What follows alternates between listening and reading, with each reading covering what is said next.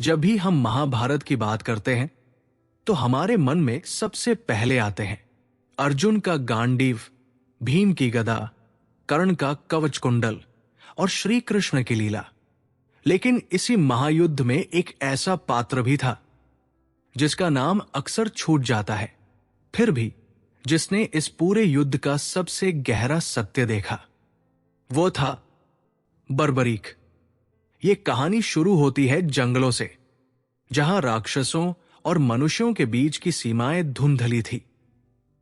वही जन्म हुआ एक अद्भुत बालक का, जो न पूरी तरह मानव था न पूरी तरह राक्षस। वो था घटोत्कच का पुत्र और भीम का पोता।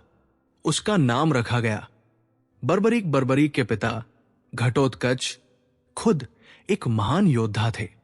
उनकी माता थी मोरवी, जो एक नागवंशी राजकुमारी मानी जाती है। इस तरह बर्बरीक के भीतर 3 शक्तियों का संगम था। पांडवों का पराक्रम, राक्षसी शक्ति और नागों की रहस्यमय ऊर्जा। ये कोई साधारण जन नहीं था, ये एक नियति थी।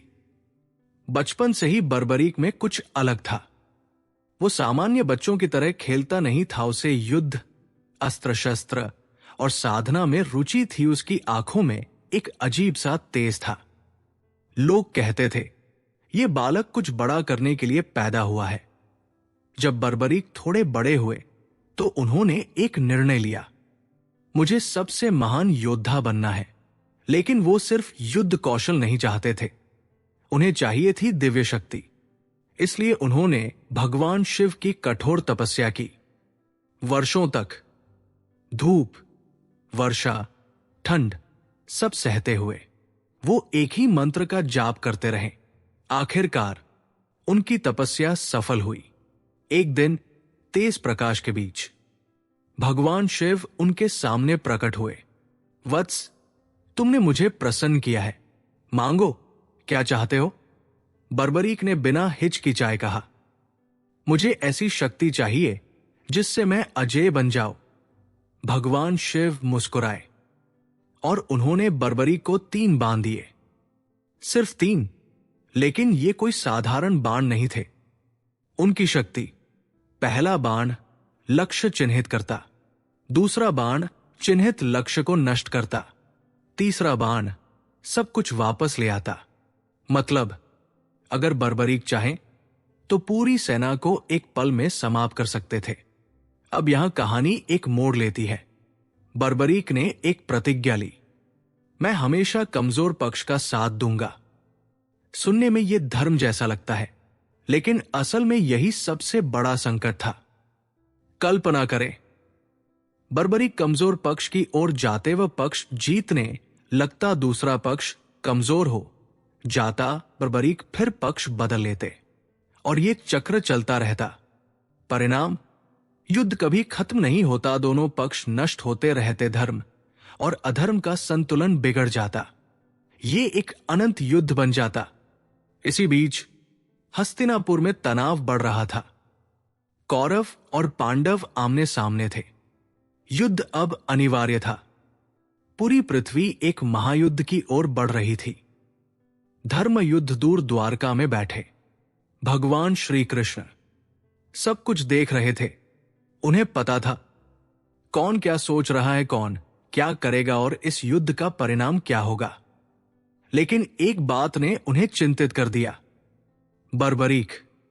कृष्ण जानते थे अगर बर्बरीक युद्ध में आए तो कोई पक्ष नहीं जीतेगा, युद्ध अंतहीन हो जाएगा, धर्म की स्थापना नहीं हो पाएगी। इसलिए उन्होंने निश्चय किया, मुझे कुछ करना होगा। कृष्ण ने एक साधारण ब्राह्मण का रूप धारण किया और निकल पड़े बर्बरीक से मिलने। उन्हें रोकना था, लेकिन सीधे नहीं।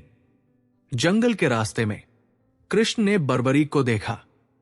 वो अपने घोड़े पर सवार थे और युद्ध की ओर जा रहे थे। कृष्ण ने पूछा, कहाँ जा रहे हो वीर? बर्बरीक ने विनम्रता से कहा, मैं महाभारत के युद्ध में भाग लेने जा रहा हूं और मैं कमजोर पक्ष का साथ दूंगा। कृष्ण मन ही मन सोचने लगे, यही वो संकट है। अगर ये युद्ध में गया तो सब व्यर्थ हो जाएगा। कृष्ण ने कहा, तुम कहते हो कि तुम बहुत शक्तिशाली हो। क्या तुम अपनी शक्ति साबित कर सकते हो? बर्बरीक मुस्कुराए। आप आज्ञा दें। कृष्ण ने एक पेड़ की ओर इशारा किया। क्या तुम इसके सभी पत्तों को एक ही बाण से भेद सकते हो? बर्बरीक ने बिना सोचे कहा, हां। लेकिन कृष्ण ने चुपचाप एक पत्ता अपने पैर के नीचे छुपा लिया। अब क्या होगा? क्या बर्बरीक सच में इतने शक्तिशाली हैं? क्या कृष्ण की योजना सफल होगी? पिछले भाग में हमने देखा, भगवान श्री कृष्ण ब्राह्मण वेश में बर्बरी की परीक्षा लेने वाले थे। कृष्ण ने एक विशाल पेड़ की ओर इशारा किया जिस पर सैकड़ों पत्ते लगे थे, लेकिन उन्होंने चुपचाप एक पत्ता अपने पैर के नीचे छुपा लिया ताकि परीक्षा कठिन हो जाए। बर्बरीक ने आंखें बंद की, कुछ क्षण ध्यान किया और फिर अपने तरकश से एक बाण निकाला। वातावरण एकदम शांत हो गया, जैसे प्रकृति भी इस क्षण की प्रतीक्षा कर रही हो। और फिर बाण छोड़ा गया। जैसे ही बाण छोड़ा गया, वो हवा में घूमने लगा, पेड़ के चारों ओर तेजी से चक्कर काटने लगा और एक एक करके हर पत्ते को भेदने लगा। कुछ ही क्षणों में पेड़ के सभी पत्ते छेद दिए गए, लेकिन असली चमत्कार अभी बाकी था। बाण अचानक नीचे आया और कृष्ण के पैर के पास घूमने लगा, जैसे वो कुछ खोज रहा हो। फिर वो सीधे कृष्ण के पैर के नीचे घुसने लगा। कृष्ण समझ गए, ये बाण उस पत्ते को ढूंढ रहा है जिसे मैंने छुपाया था। उन्होंने तुरंत अपना पैर हटा लिया और जैसे ही उन्होंने पैर हटाया, बाण ने उस पत्ते को भी भेद दिया। अब कृष्ण पूरी तरह समझ चुके थे, ये कोई साधारण योद्धा नहीं है, ये अजेय है। इसे कोई रोक नहीं सकता। अगर ये युद्ध में गया तो महाभारत का परिणाम बदल जाएगा। कृष्ण ने मन ही मन निर्णय लिया, इसे युद्ध में जाने से रोकना ही होगा। लेकिन कैसे? ये एक धर्मात्मा योद्धा था, इसे धोखे से रोकना उचित नहीं था। कृष्ण ने शांत स्वर में कहा, वत्स, तुम बहुत महान हो, मैं तुमसे एक दान मांगना चाहता हूं। बर्बरीक ने तुरंत सिर झुका दिया। ब्राह्मण देव, जो भी आप चाहें मैं देने को तैयार हूं। कृष्ण ने कहा, मुझे तुम्हारा शीश, सिर चाहिए। कुछ पल के लिए समय रुक गया। बर्बरीक चुप हो गए। यह कोई साधारण मांग नहीं थी, यह जीवन का अंत था। लेकिन उन्होंने अपने वचन को याद किया, मैं कभी भी दान से पीछे नहीं हटूंगा। उनके मन में कई विचार आए। क्या यह सही है? क्या मुझे युद्ध देखने का अवसर नहीं मिलेगा? क्या मेरी शक्ति व्यर्थ चली जाएगी? लेकिन फिर उन्होंने सोचा, धर्म सबसे बड़ा है।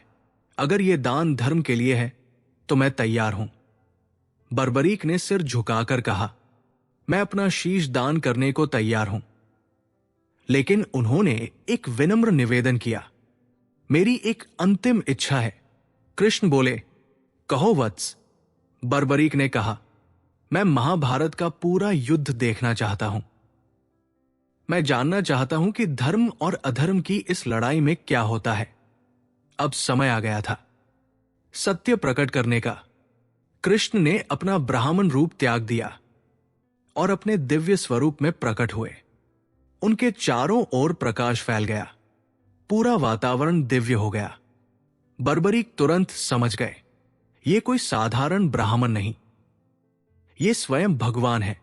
उन्होंने झुककर प्रणाम किया, प्रभु, आपने मुझ पर कृपा की। तब भगवान श्री कृष्ण ने कहा, वत्स, तुम्हारी इच्छा पूरी होगी। मैं तुम्हें दिव्य दृष्टि प्रदान करता हूं। यह कोई सामान्य देखने की शक्ति नहीं थी। इसकी विशेषताएं शरीर के बिना भी देख सकते थे, हर घटना का वास्तविक सत्य देख सकते थे, देवताओं, शक्तियों और ऊर्जा को देख सकते थे, माया के पार जाकर सत्य को पहचान सकते थे। यह दृष्टि मनुष्य की सीमाओं से परे थी। अब समय आ गया था। बर्बरीक ने स्वयं अपना शीश काटकर भगवान कृष्ण को अर्पित कर दिया। ये त्याग महाभारत के सबसे महान बलिदानों में से एक बन गया। कृष्ण ने उनके सिर को एक ऊंची पहाड़ी पर स्थापित किया, जहां से पूरा कुरुक्षेत्र दिखाई देता था। अब बर्बरीक सिर्फ एक दर्शक नहीं थे, बल्कि पूरे युद्ध के दिव्य साक्षी बन चुके थे। कुरुक्षेत्र में शंख बज उठा। महाभारत का युद्ध शुरू हो गया। रथों की गर्जना, तलवारों की टकराहट, बाणों की वर्षा, पूरा वातावरण युद्ध से भर गया। बर्बरीक ने जो देखा वो सामान्य नहीं था। उन्होंने सिर्फ योद्धाओं को नहीं देखा, उन्होंने ऊर्जा, शक्तियां और दिव्य घटनाएं देखी। जब अर्जुन बाण चला रहे थे, बर्बरीक को कुछ और दिखाई दे रहा था। लेकिन क्या? कुरुक्षेत्र में युद्ध शुरू हो चुका था। शंख बज चुके थे, रथ दौड़ रहे थे और वीर योद्धा आमने सामने खड़े थे। ऊपर पहाड़ी पर स्थापित बर्बरीक सब कुछ देख रहे थे, लेकिन जो वे देख रहे थे वो किसी और की दृष्टि से अलग था। उन्हें मिली थी दिव्य दृष्टि। इस दृष्टि के कारण उन्हें सिर्फ मनुष्य नहीं दिख रहे थे, उन्हें ऊर्जा, आभा और दिव्य शक्तियां दिख रही थीं। हर वार के पीछे छुपी असली शक्ति दिखाई दे रही थी। और यहीं से शुरू हुआ असली रहस्य। जब अर्जुन ने अपना पहला बाण छोड़ा, बाकी लोगों को लगा अर्जुन ने वार किया, लेकिन बर्बरीक ने देखा उस बाण के पीछे एक दिव्य प्रकाश था, जैसे कोई अदृश्य शक्ति उसे दिशा दे रही हो। और तब बर्बरीक को दिखा हर बाण, हर प्रहार, हर रणनीति के पीछे भगवान श्री कृष्ण की शक्ति काम कर रही थी। बर्बरीक ने एक और अद्भुत दृश्य देखा। आकाश में घूमता हुआ एक तेजस्वी चक्र। वो था सुदर्शन चक्र, लेकिन यह सामान्य तरीके से नहीं चल रहा था। उन्होंने देखा यह चक्र अदृश्य रूप में घूम रहा था। जहां भी अधर्म बढ़ता, वो वहां पहुंच जाता है, बिना किसी के देखे शत्रुओं का अंत कर रहा था। और बाकी योद्धाओं को लगता था कि उन्होंने विजय प्राप्त की। जब भीम गदा से शत्रुओं को परास्त कर रहे थे, सबको लगा भीम की ताकत अद्भुत है। लेकिन बर्बरीक ने देखा भीम के पीछे एक विशाल ऊर्जा खड़ी थी, जो उनके हर प्रहार को शक्ति दे रही थी। और फिर बर्बरीक ने एक ऐसा दृश्य देखा जो किसी भी सामान्य मनुष्य को भयभीत कर देता। युद्ध भूमि में एक भयंकर देवी प्रकट हुई। वो थी मां काली। उनका दृश्य, उनकी आंखें अग्नि जैसी जल रही थी, उनके हाथों में खून था। वह युद्ध भूमि में गिरे हुए योद्धाओं का रक्त पी रही थी। यह दृश्य बताता था कि युद्ध सिर्फ मनुष्यों का नहीं था, यह देवताओं और शक्तियों का भी था। बर्बरीक ने समझा यह युद्ध सिर्फ कौरव और पांडव के बीच नहीं था, यह था धर्म और अधर्म के बीच संघर्ष। और इसमें मनुष्य सिर्फ माध्यम थे। असली लड़ाई अदृश्य शक्तियां लड़ रही थीं। जब भी कोई योजना बनती, जैसे चक्रव्यूहरात का युद्ध, किसी योद्धा को मारने की योजना, बर्बरीक को दिखता इन सब के पीछे श्री कृष्ण की बुद्धि काम कर रही है। जब भीष्म पितामह युद्ध में अजेय खड़े थे, कोई उन्हें हरा नहीं पा रहा था, लेकिन बर्बरीक ने देखा कृष्ण की योजना, शिखंडी का उपयोग और फिर अर्जुन के बाण, ये सब एक लीला थी। बर्बरीक को धीरे धीरे समझ आने लगा युद्ध में कुछ भी संयोग नहीं था। हर घटना के पीछे एक योजना थी, और उस योजना के केंद्र में थे श्री कृष्ण। उन्होंने ये भी देखा कर्ण का पराक्रम, द्रोणाचार्य की विद्या, अश्वत्थामा का क्रोध, लेकिन फिर भी ये सब सीमित थे।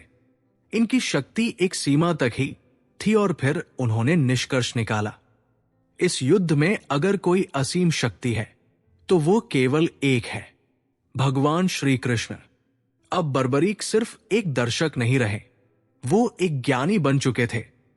उन्होंने समझ लिया शक्ति क्या है, धर्म क्या है और ईश्वर की लीला क्या है। दिन बीतते गए, 1 दिन, 5 दिन, 10 दिन, और हर दिन बर्बरीक कुछ नया सीखते गए। अब युद्ध अपने अंतिम चरण में पहुंच चुका था। कौरव सेना लगभग समाप्त हो चुकी थी। पांडव जीत के करीब थे, लेकिन असली सवाल अभी बाकी था। युद्ध खत्म होने के बाद पांडवों में एक विवाद हुआ। इस युद्ध में सबसे बड़ा योद्धा कौन था? अर्जुन, भीम या कोई और? तब भगवान श्री कृष्ण ने मुस्कुराते हुए कहा, इसका उत्तर वही देगा जिसने पूरा युद्ध देखा है, बर्बरीक। 18 दिनों तक चला महायुद्ध अब समाप्त हो चुका था। कुरुक्षेत्र की भूमि, जो कभी वीरों की गर्जना से गूंजती थी, अब शांत थी। लेकिन ये शांति भी भारी थी, क्योंकि हर ओर विनाश था। रथ टूट चुके थे, अस्त्र बिखरे पड़े थे और हजारों योद्धा धरती पर गिर चुके थे। पांडवों ने युद्ध जीत लिया था, लेकिन उनके चेहरों पर खुशी नहीं थी, क्योंकि ये जीत बहुत भारी कीमत पर मिली थी। फिर भी मन के भीतर एक सवाल उठ रहा था, इस विजय का सबसे बड़ा श्रेय किसे जाता है? सभा में चर्चा शुरू हुई। भीम बोले, अगर मेरी गदा नहीं होती तो ये युद्ध जीतना असंभव था। अर्जुन ने कहा, मेरे गांडीव के बिना विजय संभव नहीं थी। नकुल और सहदेव भी अपने योगदान को महत्वपूर्ण बता रहे थे।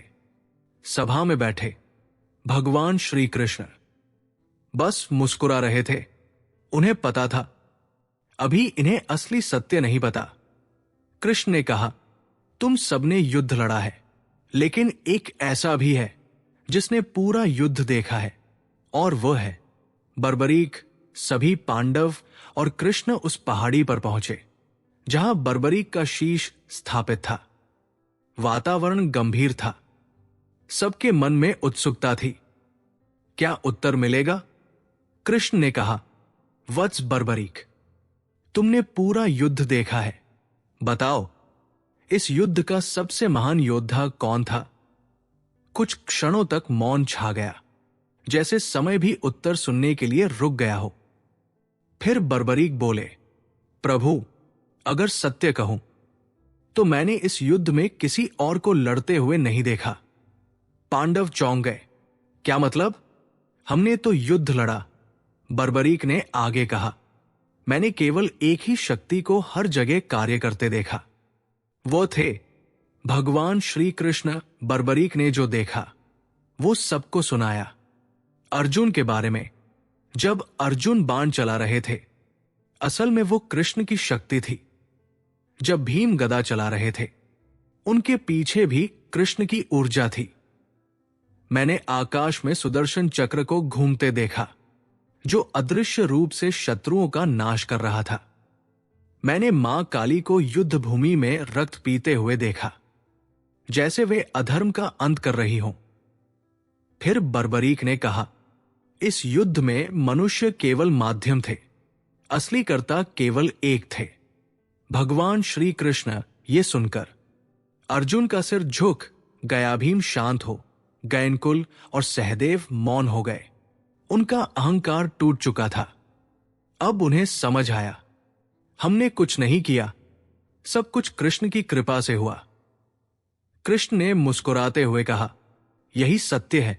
मनुष्य कर्म करता है, लेकिन परिणाम मेरे हाथ में होता है। इस घटना से हमें 3 बड़े संदेश मिलते हैं। एक, ईश्वर ही करता है, हम सिर्फ माध्यम हैं। 2, अहंकार सबसे बड़ा शत्रु है, ये सत्य को देखने से रोकता है। 3, दिव्य दृष्टि से ही सत्य दिखता है, सामान्य आंखें केवल भ्रम देखती हैं। कृष्ण ने बर्बरीक से कहा, तुमने सत्य देखा है, तुमने धर्म का साथ दिया है, इसलिए मैं तुम्हें वरदान देता हूं। कलयुग में तुम श्याम नाम से पूजे जाओगे, लाखों लोग तुम्हारी भक्ति करेंगे। आज भी राजस्थान के खाटू में खाटू श्याम जी के रूप में बर्बरी की पूजा होती है। महाभारत का युद्ध समाप्त हो चुका था, धूल बैठ चुकी थी, लेकिन उस धूल के पीछे छुपा सत्य अब लोगों के जीवन का हिस्सा बनने वाला था। वो सत्य था समर्पण, भक्ति और ईश्वर की लीला का, और इसी सत्य का प्रतीक बन गए बर्बरीक। जब भगवान श्री कृष्ण ने बर्बरीक को वरदान दिया, तुम कलयुग में श्याम नाम से पूजे जाओगे, तो ये सिर्फ एक आशीर्वाद नहीं था, ये एक नई परंपरा की शुरुआत थी। समय बीतता गया, युग बदले, और फिर कलयुग में राजस्थान की धरती पर एक चमत्कार हुआ। खाटू श्याम मंदिर में बर्बरीक का शीश प्रकट हुआ। राजस्थान के सीकर जिले में स्थित यह स्थान आज लाखों भक्तों की आस्था का केंद्र है। दूर दूर से लोग यहां आते हैं, घंटों लाइन में खड़े रहते हैं सिर्फ एक झलक पाने के लिए, क्योंकि उन्हें विश्वास है यहां से कोई खाली नहीं जाता। खाटू श्याम जी को लोग कहते हैं हारे का सहारा, लेकिन क्यों? बर्बरीक ने अपने जीवन में क्या किया? उन्होंने सब कुछ त्याग दिया। उन्होंने युद्ध नहीं लड़ा, उन्होंने सिर्फ सत्य देखा। और यही कारण है, जो व्यक्ति हार चुका होता है, जिसे कोई रास्ता नहीं दिखता, वो श्याम के पास आता है। जब इंसान हार जाता है, उसका आत्मविश्वास टूट जाता है, उसे लगता है कि सब खत्म हो गया, वह अकेला महसूस करता है। ऐसे समय में भक्ति उसे सहारा देती है। कई भक्त बताते हैं, जब हम पूरी तरह टूट गए थे, तब श्याम ने हमारा साथ दिया। अचानक रास्ते खुल गए, असंभव काम संभव हो गया। ये विश्वास ही भक्ति की शक्ति है।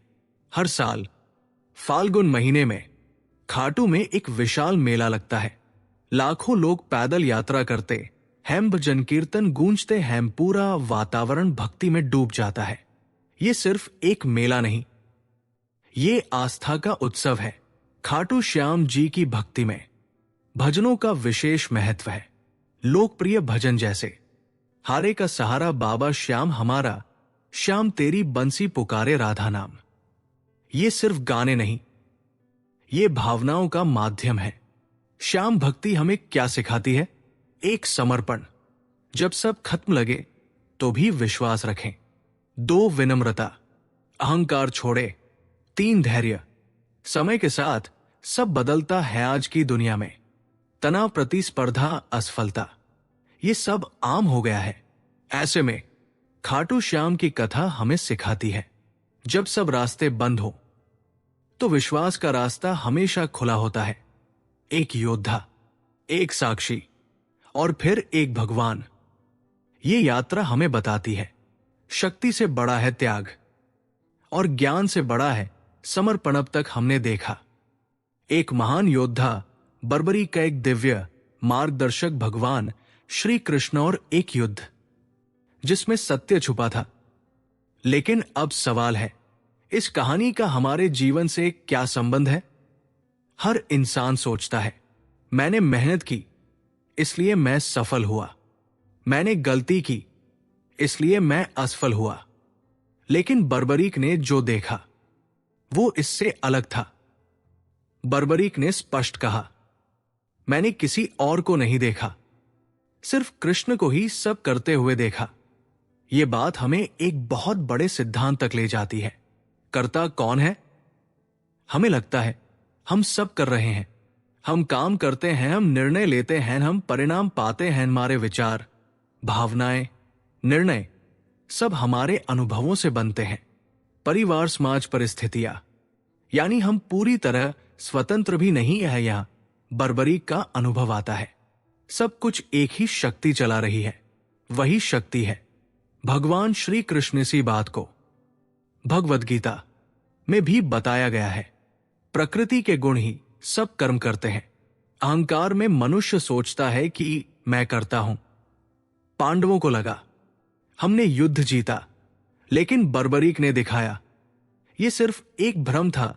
जब इंसान सोचता है मैं ही सब कुछ हूं, तो वो दूसरों को कम समझता है, वह सत्य से दूर हो जाता है और अंत में दुखी होता है। बर्बरीक ने क्या किया? उन्होंने अपनी शक्ति का अहंकार नहीं किया, उन्होंने अपना शीश तक दान कर दिया। यही है समर्पण। समर्पण का मतलब यह नहीं कि आप कुछ न करें, बल्कि आप कर्म करें, लेकिन परिणाम को ईश्वर पर छोड़ दें। जब आप पूरी मेहनत करते हैं लेकिन परिणाम को स्वीकार करते हैं, तब आपको शांति मिलती है। सवाल आता है, क्या सब पहले से तय है? कर्म, एक्शन, जो आप करते हैं, संस्कार, कंडीशनिंग, जो आपको प्रभावित करते हैं, ईश्वर की योजना, डिवाइन प्लान, जो सबको जोड़ती है। इन तीनों का मिलन ही भाग्य बनाता है। बर्बरी के पास शक्ति थी, वो युद्ध जीत सकते थे, लेकिन उन्होंने त्याग चुना और वही उन्हें अमर बना गया। एक, अपना कर्तव्य करें बिना डर के। दो, परिणाम को स्वीकार करें बिना तनाव के। तीन, अहंकार छोड़े, विनम्र बने। मान लीजिए आप परीक्षा देते हैं, मेहनत आपका कर्म, रिजल्ट कई कारकों का परिणाम। अगर आप सिर्फ रिजल्ट पर ध्यान देंगे तो तनाव होगा, लेकिन अगर आप कर्म पर ध्यान देंगे तो शांति होगी। सत्य देखने के लिए दृष्टि बदलनी पड़ती है, और वो दृष्टि भक्ति, ज्ञान और समर्पण से आती है। अब कहानी सिर्फ एक कथा नहीं रही, ये एक जीवन दर्शन बन चुकी है।